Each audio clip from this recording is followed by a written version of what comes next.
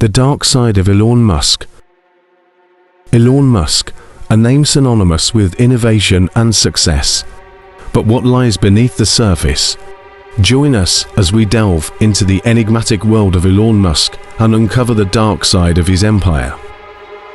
Elon Musk, the charismatic billionaire, has captured the world's imagination with his groundbreaking ventures. But is there a darker side to this visionary entrepreneur? Former employees. Elon Musk's empire is built on the foundation of controversy and questionable practices, from labor disputes to reckless behavior. There are troubling aspects that often go unnoticed. It's just so weird to have a guy like that amongst us. Yeah, you know? especially have him as your boss. In fact, he measures pretty much every major decision by whether or not it brings the day when we have a self-sustainable colony on Mars sooner or later. That's the prism by which he makes every single decision he makes it through that prism.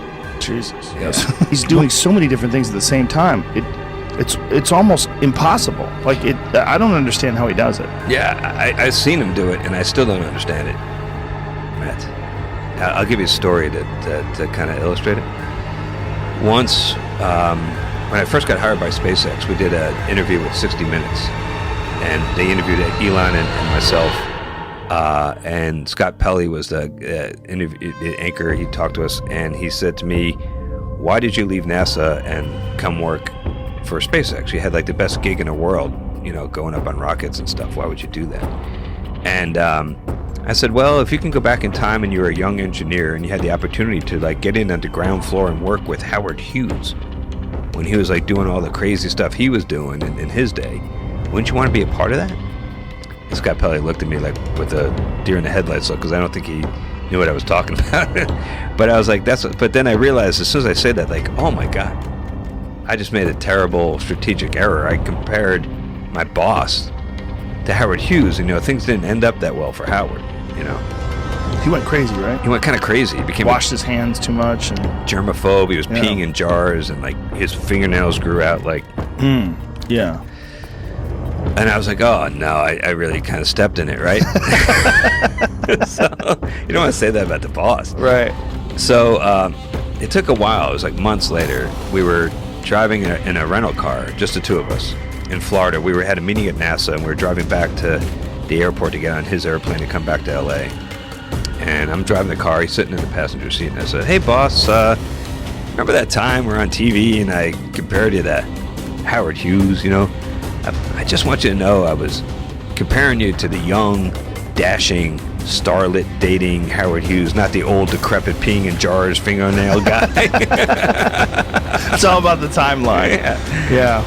And I was, and all I got back was silence.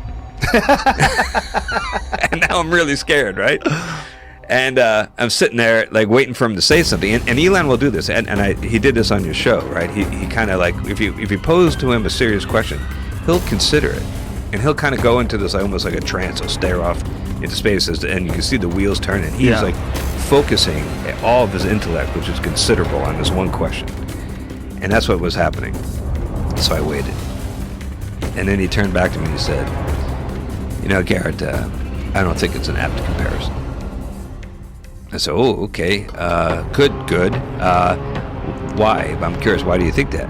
And he said, "Well, none of Howard's designs, as brilliant as they were, ended up really changing the way we live our lives. But so it's really important to him to have the legacy of drastically impacting the way all of us live our lives, the kind of the way Steve Jobs did, or others that really move the ball downfield for humanity."